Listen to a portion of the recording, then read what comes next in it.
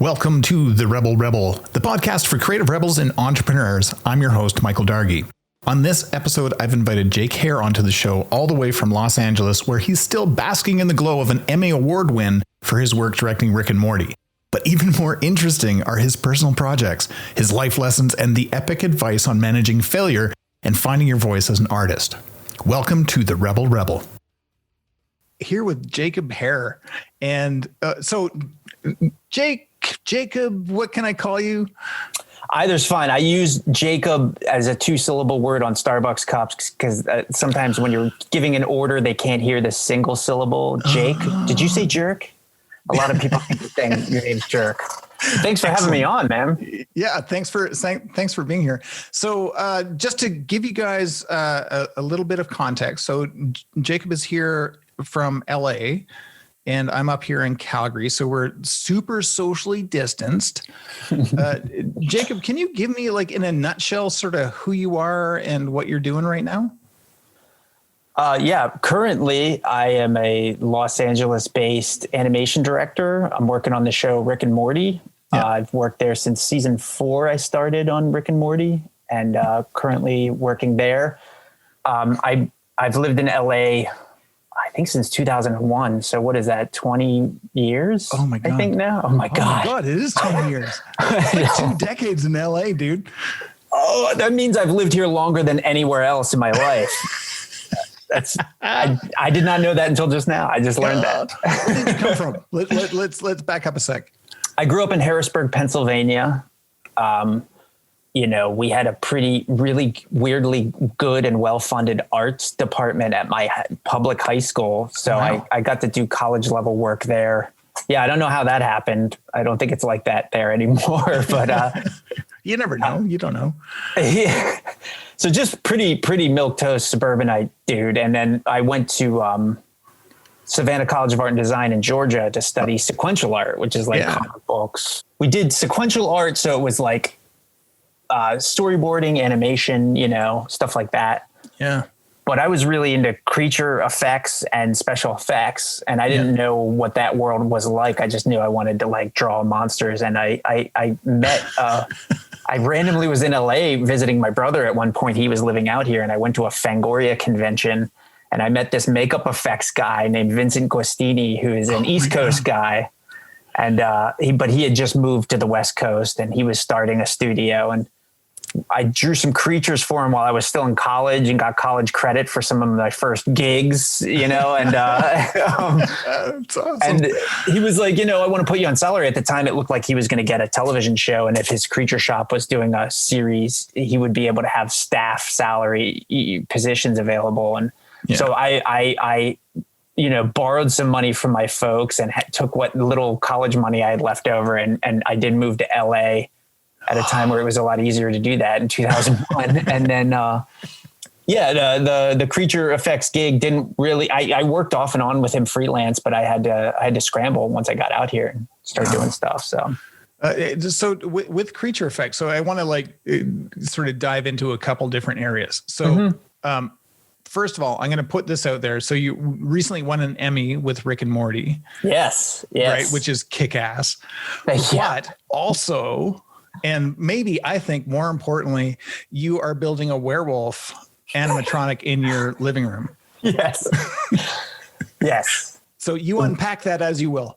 Yes. When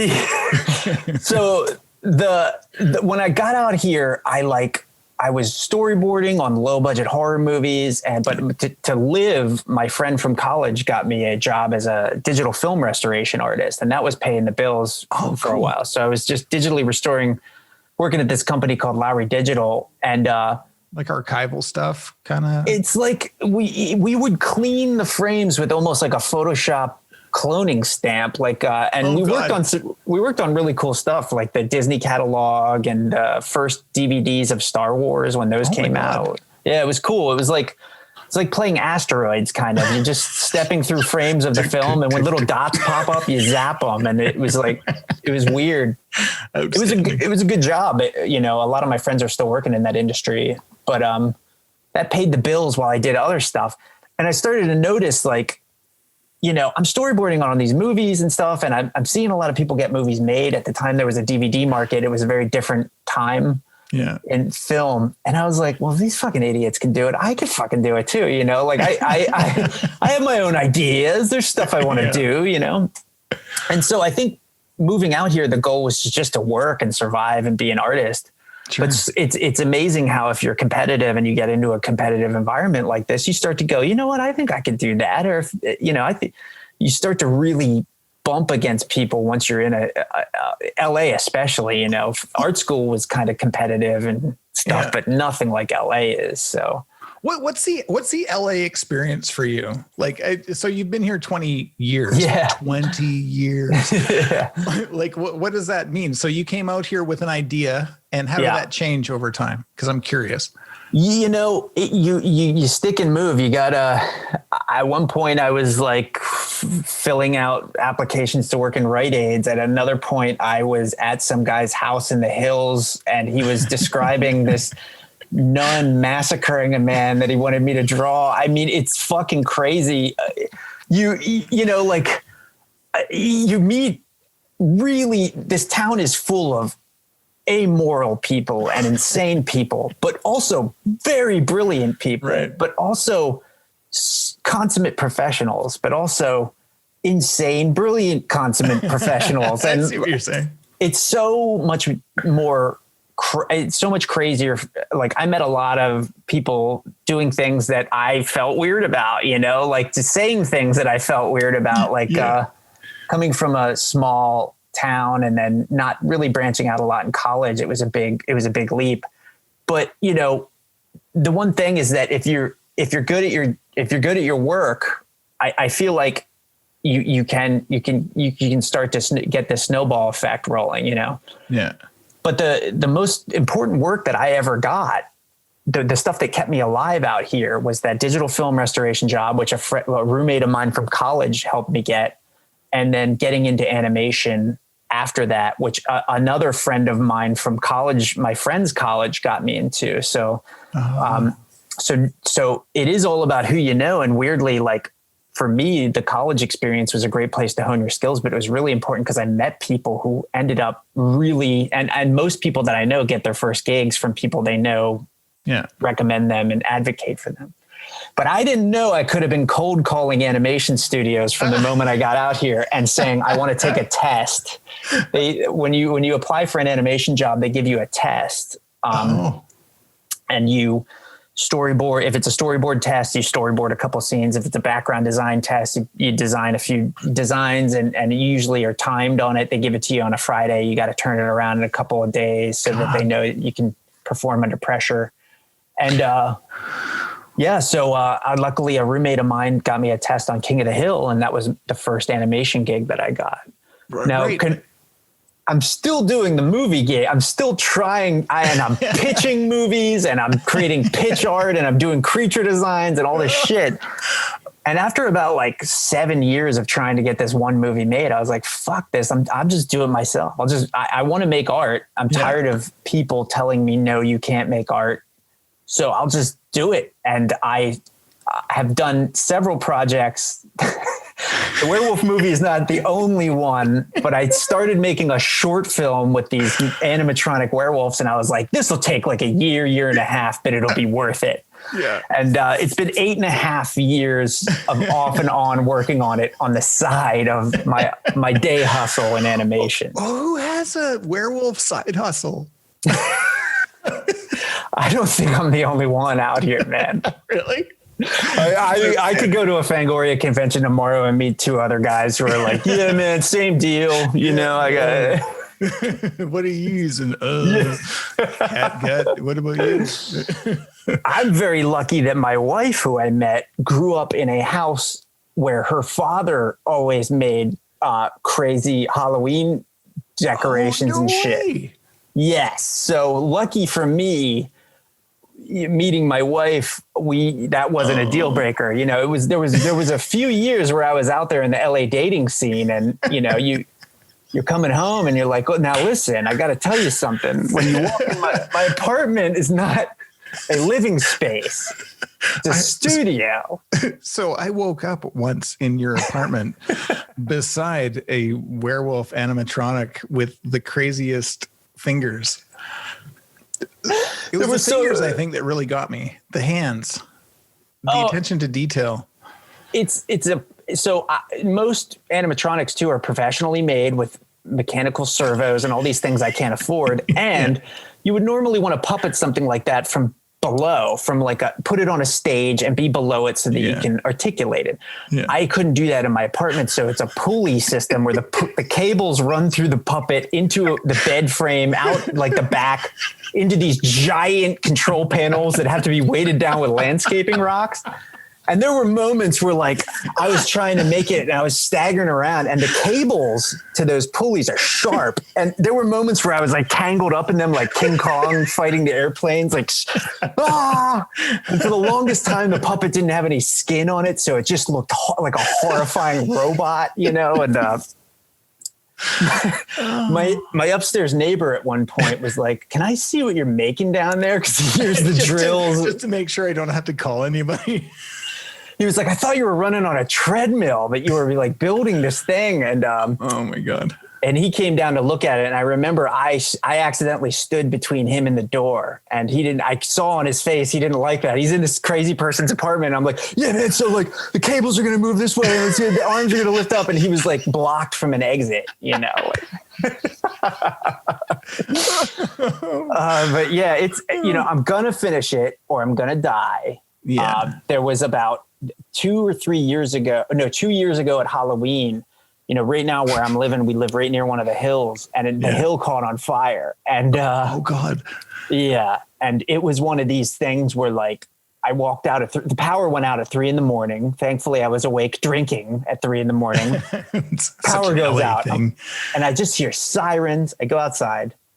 And there's this orange glow and my neighbor's like, that's, you know, the fire. And I look up and so I chased my cats around the apartment. I got them into this laundry hamper and I escaped my apartment. I was wearing gym shorts and I was like, luckily I wasn't drunk, but I drove down the street to safety and parked. And I was like, I'm in gym shorts. I have 2 cats in my car and this is it. And no werewolf. Nowhere. I didn't get to grab a werewolf or a computer. I should have grabbed a hard drive or something.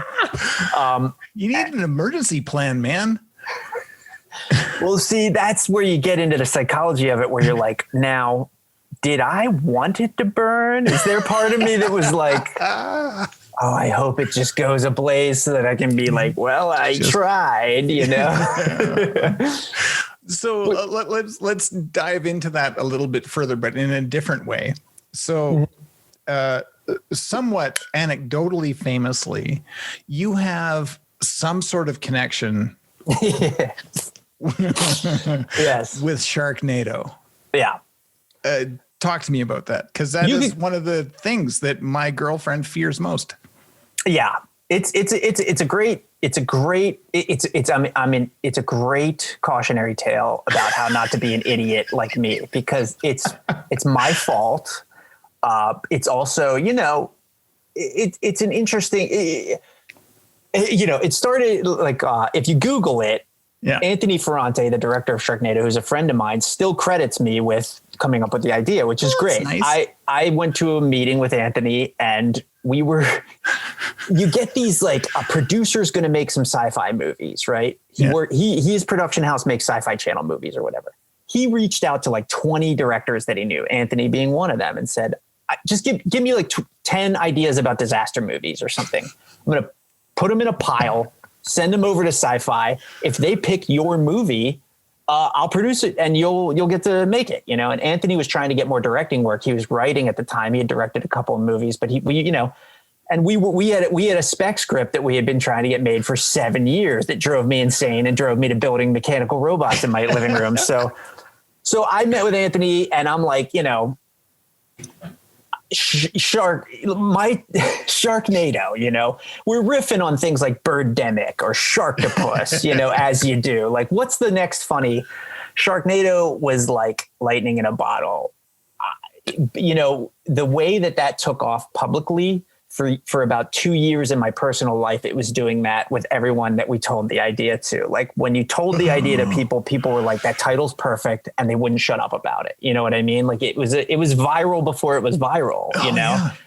And we started to learn that. At first we thought this is just some dumb throwaway, you know, thing. And, but we, you know, I said to Anthony, if Sharknado happens, I want to be involved, because weirdly, my two worst fears are sharks and heights.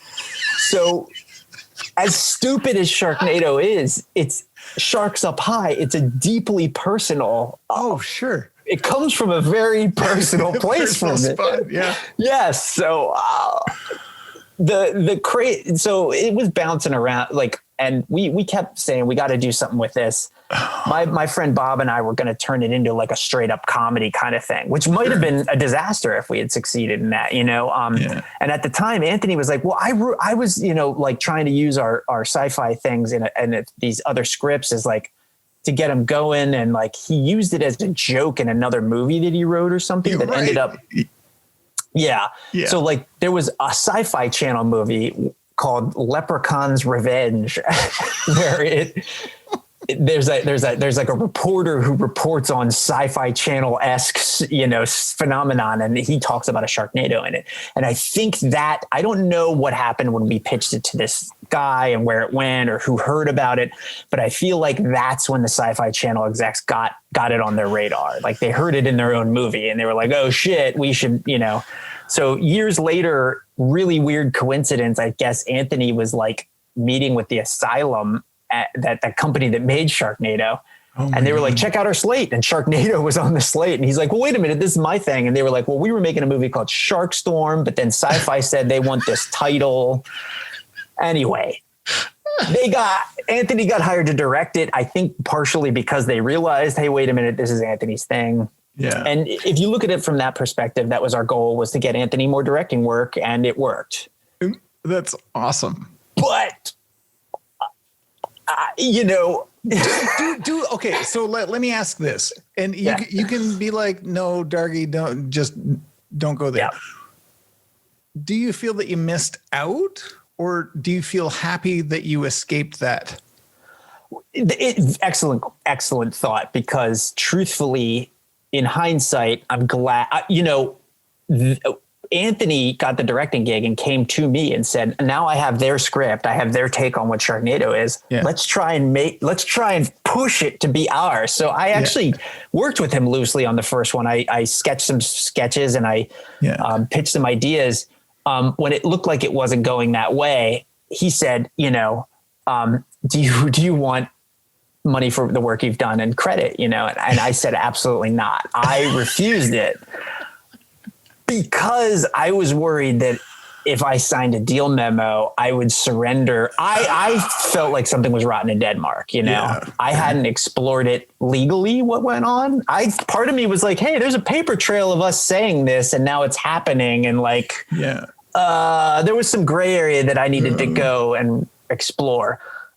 So I didn't want to sign anything because I, you know, talked to some, I went and talked to some litigators and stuff and they were like, yeah, fuck you. They were like, I loved it with the one lawyer I talked to was like, okay, you can't copyright an idea, you know, because the whole story of Sharknado about Ian Ziering flooded LA. That was not our take on Sharknado. So, you know, but he said the interesting thing is that the name Sharknado is so specific about the content of the movie that it might copyright itself, you know, in some weird way. And I was like, let's go with that, man. Let's talk about it. But no, I tried my best to explore that. I failed. I didn't get all the documents I needed. It was a lot, you know, and at the time I was kind of like, okay, fine. It's a shitty sci-fi movie, whatever. They'll make it, it'll air, whatever. I was at my cousin's wedding in Delaware when it aired on television. And like, I didn't want to take focus. It was my cousin's weekend, but the news that weekend was like, oh, Sharknado. Did you have some swagger? Was there a little swagger? There was like, that's not happening. I'll ignore that until I get back to Los Angeles where I can where my coping mechanisms are for that bullshit.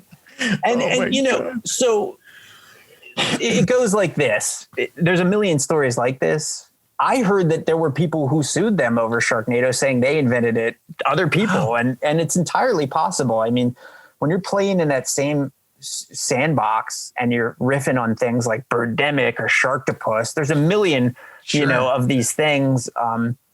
But I didn't get the you know, I said Sharknado in a meeting.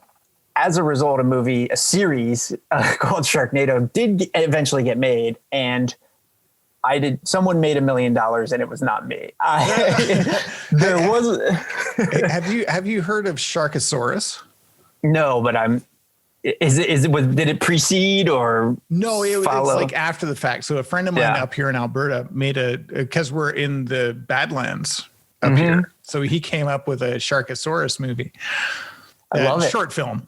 Right. Like it's not a feature thing, but it's funny because he just did a recent resurgence of Sharkasaurus. I feel like, you know, maybe Jake, you started something.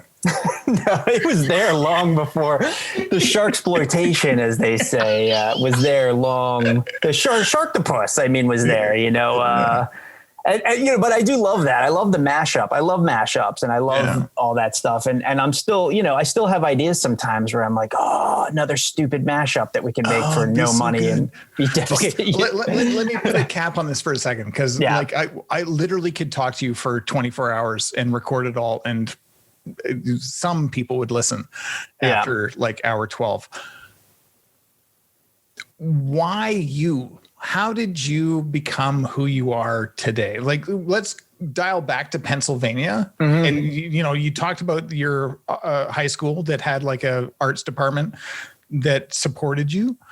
What is it like? Did you like doodle on math tests? Like, how did you get to be who you are? Yeah, I was a pretty diligent student. I'm a nervous wreck. I have anxiety. So I, you know, like if like an authority figure is telling me this is why I keep saying I'm not the best rebel. I would worriedly do it. But then also somebody complimented my drawing when I was probably in second grade, or said, "Oh, you're a bit of an artist." And I think my parents kind of said that too. And it when you hear that and you declare yourself the artist kid, it has a snowball effect. And my father showed me Harryhausen movies when I was little, where I saw special effects, and Rick Baker's werewolf transformation, you know, obviously that stuck.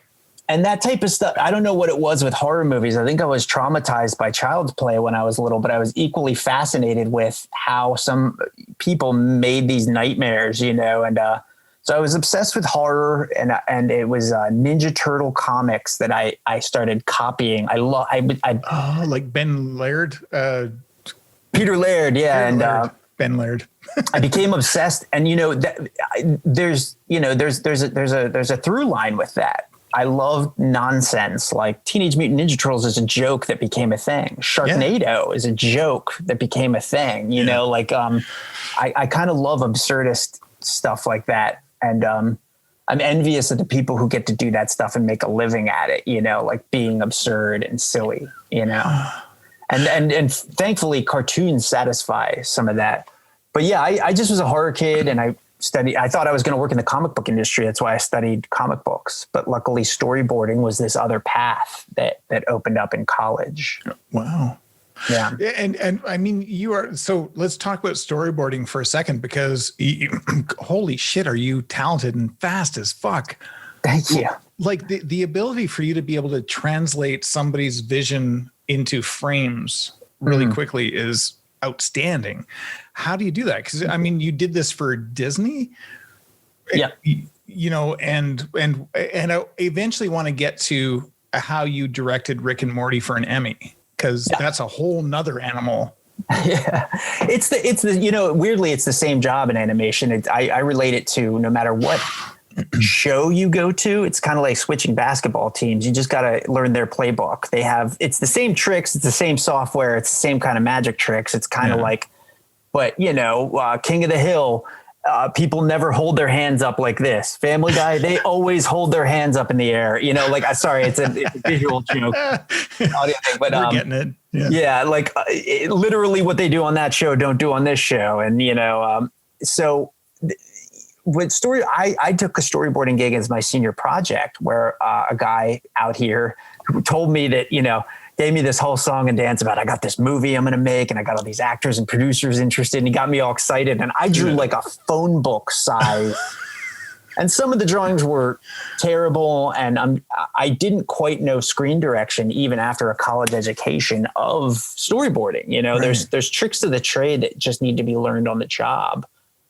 And necessity is the mother of invention. When I moved out here, a storyboard agent said to me, you're good at drawing and stuff, but you don't have any credits. And it's that catch-22 of, oh shit, I need credits to start getting the real work. So, but I went too far with that whoring out of myself and taking free work for way too long. I too many jobs. Sorry, time out. There's a storyboarding agent. Yeah, when I moved out here, there were 2 or 3 agencies. I don't even know if they're still around for live action. I've heard of that. Yeah, and now there's a union. I think it's the Production Designers Guild absorbed the live action storyboarding union, but that's separate from the union that I'm in is the Animation Guild for the animation work that I do. So cool. Basically, you just need to get hired onto a union animation show to get into that union, and you start paying dues. But yeah, learning. I learned about. For me, it's figure drawing, which I had a lot of. And I even took figure drawing classes outside of school in my high school years at the Art Academy in Harrisburg. Perspective, if you know perspective, you know how to place the camera in frame. And screen direction, which I learned out here on the job. I didn't really understand the stage line and breaking the stage line and all that stuff. Yeah. So it was, but when somebody calls you and says, we got this thing and we want to shoot it next week, you just stay up all night, all weekend drawing and slowly learn the tricks, like internet was even still like in 2001, I think I would go online once a week to check email or, it was still not like YouTube tutorials on all this shit, like the way it is today, Wow. But yeah, you learn pretty quick, and then even animation is its own sort of language of filmmaking, where you employ a lot of like almost Roger Corman-esque special effects techniques to make the animation more producible. Make it seem like you saw something big and explosive, but shoot it in a way that it's there's not that much there to design, or there's tricks to it. So wow. Yeah, and that I learned on the job too at King of the Hill, my first gig. I was very lucky to get hired on something like King of the Hill, which was a slow-paced show about rednecks standing in an alleyway versus like... Right, yeah, it's not so complicated. Right, when you get to, then I went to American Dad, it's like, hey, draw this car chase. And it's like, oh shit, there is something to that about being a storyboard artist, which is there are some people as illustrators who are like, I just draw beautiful women and that's what I draw. Or I just draw airplanes and that's all I draw.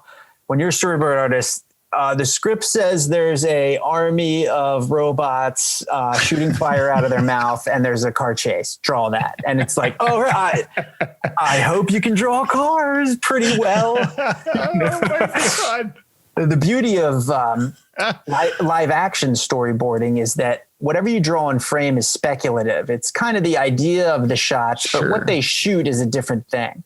Yeah. With animation, they will try to perfect the composition in the storyboard because it does kind of just get cleaned up and animated and go on screen. Wow.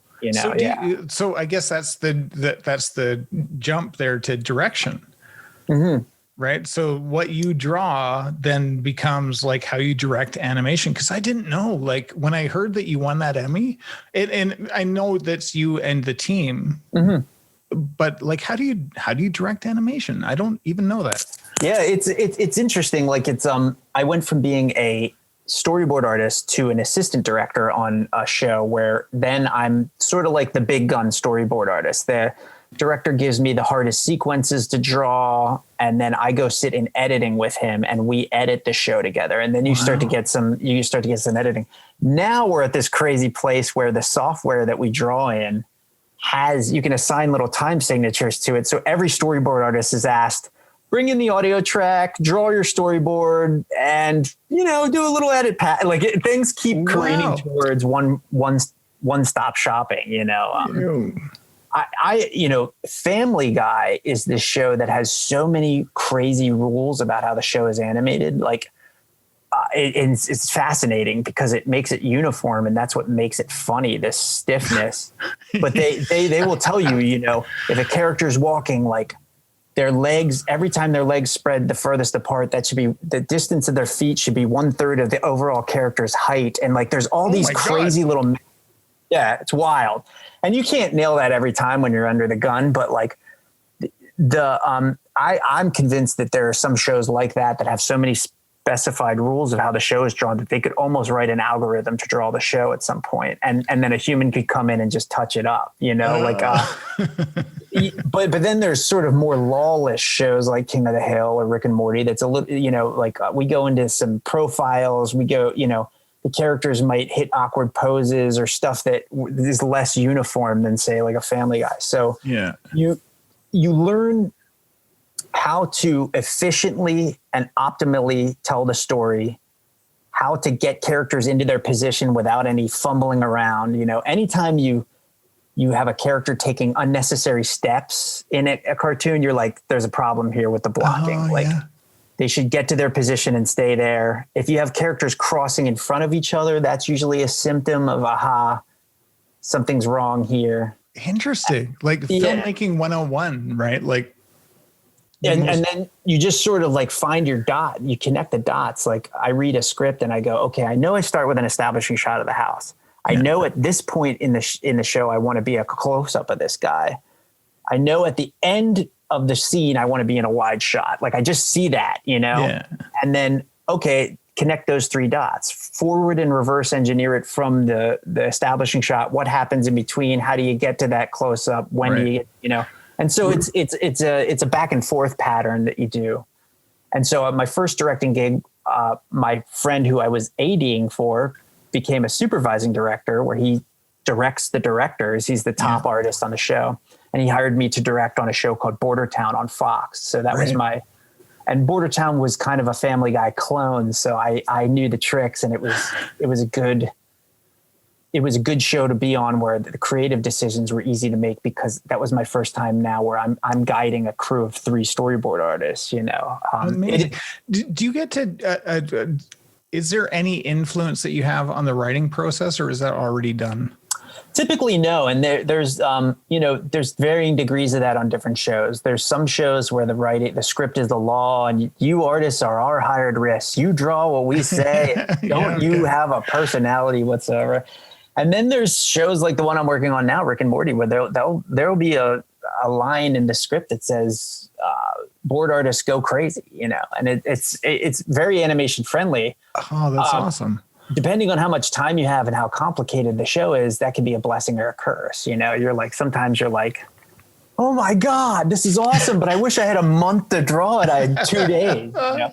But the directing, going to animation directing from assistant directing is a huge leap. You now have to take the script, break it up into chunks, figure out, okay, this is a fair amount to give to one artist, and assign it to the artist, guide the artist. Now it's your social. You've been living in a cubicle drawing silently, not talking to humans. And now you're suddenly talking to people and guiding, so it's a leap, but thankfully it's working out for me so far, Oh, that's great, man. I couldn't be happier for you. Let's kick ass. I appreciate it. So what's happening next for you?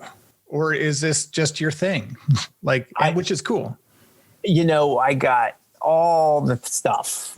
Those scripts that I wrote 15 years ago sometimes still get dusted off and passed around. I pitch cartoons, and we have varying degrees of success with, getting people interested, and things come and they go, things die. I do want to finish my werewolf, and I want to finish that and see what life is like when that's not upon me and in my living room. And I want to see pictures of your kid in the werewolf's arms. the kid will go off to college. I'll still be working on it. Like this kid that's not even born yet. Well, yeah, I hope not. No, I think about that, but, I love, I'm still working on Rick and Morty, and, that's going good. And there's a huge animation is booming in LA right now. It's like, yeah, it's big. They're greenlighting shows faster than they can staff them. So right now it's easy to be arrogant. That can go away in a heartbeat too. We're like one earthquake away from LA being canceled, Oh, sure. I'd be like, oh, Jake, no. This is just where I live now with my werewolf in this cave under the ocean. It's like, okay, it's like the raft at the end of Titanic. I'm in the totally, like werewolves up on the raft. Yeah, 100% werewolves on the raft. What's your what are the 5 things that you wish people would know? Mm-hmm. And it doesn't have to be anything specific about your industry, just life. One thing I would definitely say is don't share your ideas until it's go time. I don't even tell your friends about them. Like it's not just that you could have an incident where your idea gets out there and kind of, there are other people who do have the same ideas as you. And then if you've told a bunch of people, you can't help but think when you see it on TV, did somebody I know screw me out? It creates paranoia, Oh, wow. And it also satisfies you creatively. It lets the piss out of it. It's like almost like if you have this secret thing burning inside you, if you tell people about it, you get the creative satisfaction of sharing your idea. You should wait until it's go time, until you have it ready to pitch, or you know that you can make it, I've broken that rule with my werewolf only because like at one point I was like, I don't know how to get this done. Maybe if I tell people, it'll encourage me to work faster. Inspire you, yeah. Maybe if I break my own rules, I'll learn something, but I'd learn nothing. So the other thing with creative work is that, and my second thing would be the talent is like number 5 on the list in this sick, sad world of getting there, like. Oh, interesting. Yeah, it's great to have talent, but it's way better to be rich from the get-go, have rich friends, have your best friend be James Cameron, when you're in LA and you see things or anywhere and you just see this unfair, like this asshole made 2 terrible movies and he's making 5 more somehow. And you can't, it will consume you. You have to come to grips with the fact that it's not fair at all. And that once you get hired, talent is number 1 on the list, but getting over through the cracks in the wall is totally different, getting in. Yeah. I already mentioned that the most important contacts in my life I made in college. And I think that's important to point out that like going to college, it's not just the learning and the time to hone yourself as a person. Yeah. And I'm so glad I took my time coming out here because I pitched some stuff that made people stop returning my calls. Like, and if you're young and reckless and stupid and like, I'm going to be the next fucking David Lynch and I'm going to pitch this square, a really weird idea. And he's going to think I'm a genius. And then he stops talking to you, like that's fair. Like I said, I think if you're an animation guy, you should move to LA because like I said, there is remote stuff during COVID is a thing. And then we're still learning what the effect's going to be, but I think they're still going to want people to know them in person to some degree for starters, Yeah. Even if it's for a little while to make contacts and then you want to leave LA, I think moving to LA for a little bit, if you want to be in entertainment, is a really good idea just to get the feel, to understand. And like I said, they're greenlighting shows out here faster than they can staff them in animation. So we need help, I was going to ask, like, is LA dangerous? Like, is that a good place to go? There was one time when my hometown of Pennsylvania, downtown Harrisburg, was like higher in crime, I think, than LA. Like I was like, I got to get back to LA where it's safe.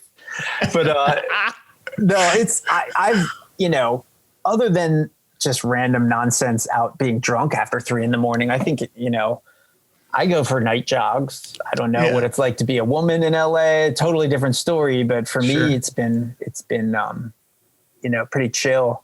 There's very safe areas too. I once woke up in a cactus, like hugging a cactus on Sunset Boulevard after a night with you guys. And I was so safe. Like I grabbed an Uber and it was all good. Yeah, man. You know, I was drunk in a shopping cart on Sunset once. My friend put me in there to try and get me back to the car because I couldn't walk anymore. Oh, but then we met these people who were climbing this tree, and my friend climbed the tree, and suddenly I'm on the ground, unable to walk, and my friend's in a tree with these strangers. And he's making out with this chick. I think he dated her for a while. Like, I don't know, Sunset, man. It's safe. Make friends out there. Right. I guess LA is like anywhere. So where are we at? Was that number 5? I think. One more? Yeah, my one thing that happened to me since since you and I met is I went vegan, and it's still a punk rock thing. I know it's going mainstream, but as far as a rebel, I say one of the biggest impacts you can have, like you hear all this catastrophe about the environment and you feel so powerless to do anything about it. And if you can even go plant-based a few nights a week, I think it's the best, one of the best decisions I've made in my adult life, aside from marrying so my wife. Good. Thanks, man. I wear a lot of sunscreen. Super healthy. And your hair is lustrous. I should be bald. I will say I've been taking medication for years so my hair doesn't fall out. My father and my family, I'm a bald guy. This is one day I'll like miss like a week of pills and I'll look like Gollum the next week. So that's like waiting there. But it's easier to be vegan in LA than some other places. But it's funny because I visited you up there during Stampede in Calgary, which I would never patronize now. At the time I went, I didn't go to any of those horrible like horse races where horses die and stuff. I just got drunk in a tent the whole 5 days in Calgary. I was just drunk in some tent full of guys in cowboy hats. They were not cowboys, but they were in cowboy hats. But yeah, so that's been a huge transformative thing. And you think when you reach your 30s and 40s, you're kind of the person you are and you're not going to change much. And to me, it's like, it's been still constant changes going on. So, yeah. Well, you look like you're 20. So fuck you. I put this, I try not to smile and I don't want my face to crack. It's coming though. And when it cracks, I'm going to hit that wall hard, man. I know it. Super hard. Because I've been drunk in the cactus on Sunset too. We've been abusive to ourselves a little bit here. Oh my God. So I like a bunch of questions for you. Rapid fire. Your favorite creature movie of all time? Oh, I got my top 5. Creature from the Black Lagoon is my number 1. Oh, okay. Give me the top 5. Oh, Creature from the Black Lagoon. In no particular order. John Carpenter's The Thing. Yeah. I love Aliens, the sequel. Tremors, the number 1. Yes. And Predator. Those are like movies of my youth that they are still yet to be rivaled by today's cinema. They are. They cannot be defeated, in my opinion. So true. But the Gill Man, I developed this really weird obsession with when I was little, and I wore a Creature from the Black Lagoon t-shirt at my wedding. I had this action figure of him that was beautifully textured with all the scales, and I just remember as a kid rubbing it, and there's like a whole tactile relationship with that character. It's crazy. It's weird, but my God. And the big thin feet, right? Yeah. Like it wasn't like Aquaman, like webbed fingers. It was like fins. Flipper hands. Yeah. Oh, that's outstanding. A favorite book of all time? Book of all time? Shit. Oh, that's hard. You're allowed to choose like one of your top 5. Okay. I'm loving right now these Yuval Noah Harris, the guy that wrote Sapiens. His books were they were actually recommended to my wife and I by a therapist. Like we just do not like couples counseling or anything, but we're in therapy, and they are enlightening books and they are hopeful books, especially in dark times like these. I think they're good to read. Favorite constellation? Constellation. I can only say Orion because it's the only. I hate this as a space nerd. I don't know enough constellations. I'm sorry. Every night I look up and I'm like, "There's Orion's belt." Like that's all I got. That's me too. Yeah, I got that. Your favorite Mars robot? Okay, so I got to go to JPL. A friend had knew somebody. The Rick and Morty animation crew got in there. We saw. What is the most recent one? Perception. Perception is the latest one.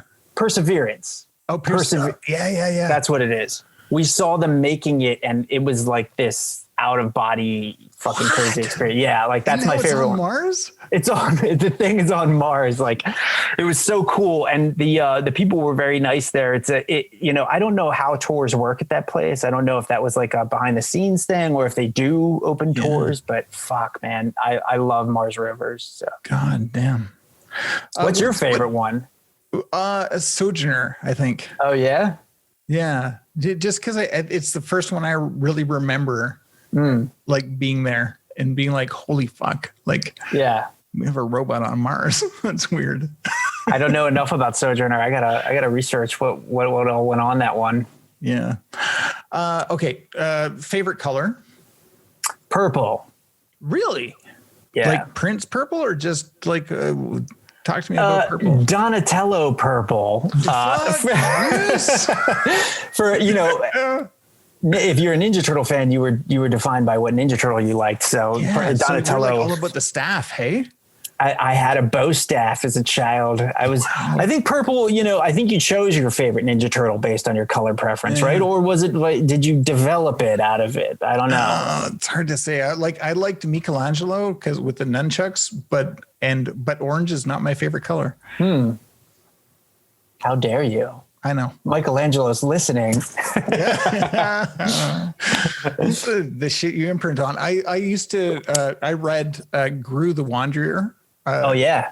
Sergio Aragonés. Yeah.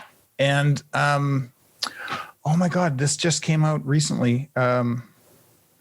Ambush Bug in DC Comics.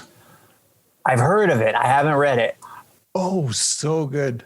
The koala that walks like a man. Yes.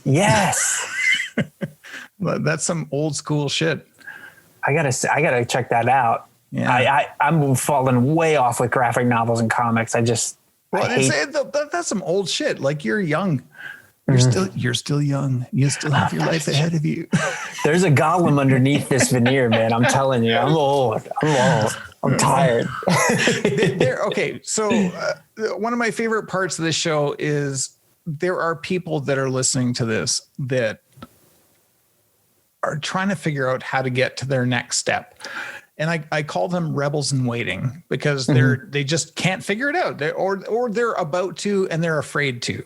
So what advice would you give to those people that, that maybe are like you when you're like in college and you don't know what to do, or you're just about to move to LA? Like, what could you tell them which would help them?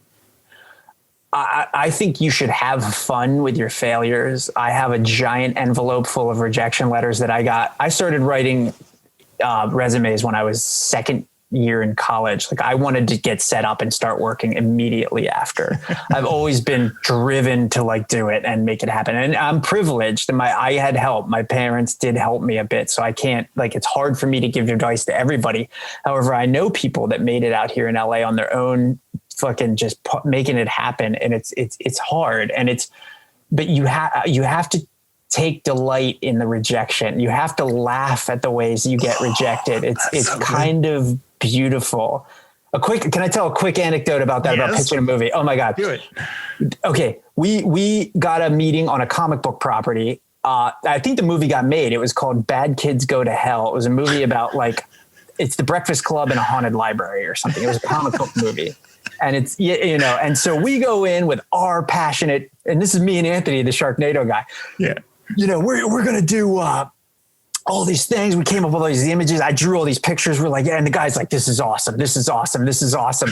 And it was the Monday after Paranormal Activity hit at the box office. Oh shit. And so we have this 1.5 hour long meeting. And at the end of it, the dude goes, this is awesome stuff, man. Guys, type this up to me, send it to me in an email. We're going to see if we can get this going.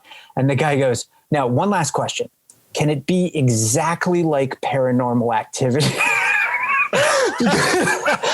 Because that's how it works. Whatever direction the wind is blowing out here, that's the direction. People are like, oh my God, this past weekend, the box office shows that this type of movie is the thing. That's all we're greenlighting this week, oh my God. So you have to take delight in knowing that your rejection has nothing. It doesn't have any statement about your personal worth. My self-worth is very wrapped up in a lot of my work and my career and all these things. And it doesn't always bring me satisfaction. The stuff that always brings me joy is the stuff that I do for my personal self, the stuff that is unmarketable. I can't sell it anywhere. It's too fucking weird or stupid. I don't know when I finish this werewolf project, if it's going to bring me joy just because it took so long. But I do stand by. There's about 10 other do-it-yourself projects that I'm dying to do. Not for money, not for anything other than the fact that as an artist, I want to have a voice. And there are people I meet who are very like, I want to be an artist to make money, and they do, and they're fine with it. And that's it, but I know a lot of probably your audience and people who feel creative and want to express themselves. It just has to be about the quality of the work first. And, knowing James Cameron and being rich and all those things, that helps. but once you get there, once you achieve your thing, if you don't have the skills to back it up, you won't succeed. So embrace the failures. They're learning, it's the same cliches. They're very good to have, and you should have fun with your failures, because some of the ways you get rejected are hilarious. Like you find out when the movie's on TV. Oh, I thought I was going to work on that. Like, Oh. Yeah, I now I'm struggling to remember my best rejection stories, but there's been some good ones. Oh, that's so good. What a great thing to hold on to. Yeah. I want to frame them. I want to frame my rejection letters, and they're good. Some of them are, of course, a computer, thank you for your interest. Yeah. Goodbye. No, thank you. Some of them are handwritten, like, dude, it looks like you really tried something here, but I'm so sorry. Fuck off, Well, so sort of as a final note, where do you want, what's the best thing that you want to do in the future? Whatever that happens to be. Yeah. It's been a moving target. You evolve. I'm not just I used to want to work live action. I think that's why I started building a short film. Like, hey, let me try my luck at live action. Yeah. I don't love it. There's part of me that doesn't always love directing animation, because sometimes you just don't want to deal with other people. You want to go sit in your cubicle and draw. It's a moving target. Once you reach that plateau and you finish whatever you're working on, you do have to finish it. You can't abandon stuff. If you wrote a screenplay and it didn't get made, yes, you can shelve it for a while and maybe dust it off later. But you did complete the screenplay. You made it to a plateau, Yeah. So once you're on the path, you finish it, and then I don't know. You'll see when you get there. What I'm striving for now in my life is peace and happiness. Yeah, that's the thing. Do that. Like I told you, as a kid, it was all anxiety, and it was anxiety that made me move out here. And it was anxiety that made me hit deadlines and stay up all night trying to be the best, not just do good, but be the best. And at some point you hit a point where you're like, okay, I've done really good for myself. Can it calm the fuck down now? So let me ask you, are you, so you are way more calm than when I first met you. Really? You seem more at peace with the world, which is kind of cool. And is that the thing? Or are you still chomping at the bit? I remember when I met you, you guys were in a bar and I was picking you up or something and I was hadn't eaten and I was super grumpy. So I apologize if your first impression of me was this guy's wound up tight, man. LA people were fucking loose. Yeah. I was just got off an 8-hour day. I was oh fuck, man. No, sorry. The question again is what is the yeah, you seem to me to be kind of at ease with you as a human, which I think is really cool. Mm-hmm. You don't seem to be clawing at stuff, just doing your thing. Yes. I've succeeded better than I thought I ever would, just from, like, I mean, shit, a Pennsylvania kid growing up, you never think you'll win an Emmy, and I would be the first to admit, a lot of people in LA try to poo poo that shit. Like, oh, whatever. It's just some award somebody gave me, whatever. Who gives a shit? Dude, like, that's fucking wicked. Yeah. I'd be lying if I didn't say that it didn't scratch some sort of itch. And, having an accomplishment after Sharknado debacle, it healed some wounds too. I was bent out of shape about that type of thing. And who knows, if you drop dead, there are many people who go to their grave holding on to anger about stuff that has happened to them in their career. Cause you will be wronged as an artist. Everybody they don't have your talent and they're trying to get shit out of you and they don't want to pay you, and you will be wronged and betrayed. And you do cut the toxic people out of your life and you form allies as you go, and then things just get better and better, so that when you're in the trenches and the bombs are going off, not to compare making cartoons to going to war, but you have buddies in the trenches with you, and you can stay calm because you've been through it before. And I think that experience does hopefully accumulate in some sort of gravitas. I'm still nuts, but I think you're right. I've been in therapy too. So I'm trying to do mindfulness meditation to calm down too, about, even when I have a crazy day, find 15 minutes to sit still and be peaceful, Well, I gotta say, Jake, you're doing it right. Thanks. This has been an absolute privilege to chat with you. Dude, thank you so much for having me. This is wonderful. And are you available to help puppet a werewolf about 3 years from now when I finish this? Hell yeah. I need to get people on the hook now so that I can you can like, don't pencil me in, pen me in. I'm there. Oh man, it's going to be a mess, but no, I really appreciate it, man. I'm glad that you value, being happy and these types of things. There's so many artists I meet along the way that are like, but shouldn't you stay angry? Shouldn't you stay miserable? Isn't that how the art comes, And at some point it's not. Yeah, you're doing it right. I fucking love it. And I can't thank you enough for sharing it. Thanks, man. I appreciate it. Thank you for listening to the Rebel podcast. It's a podcast for creative rebels and entrepreneurs. Don't forget to subscribe wherever you get your favorite podcasts. You can also support the show and help shine a light on more amazing people doing incredible things by donating at therebelrebelpodcast.com. I'm your host, Michael Dargy. Until next time.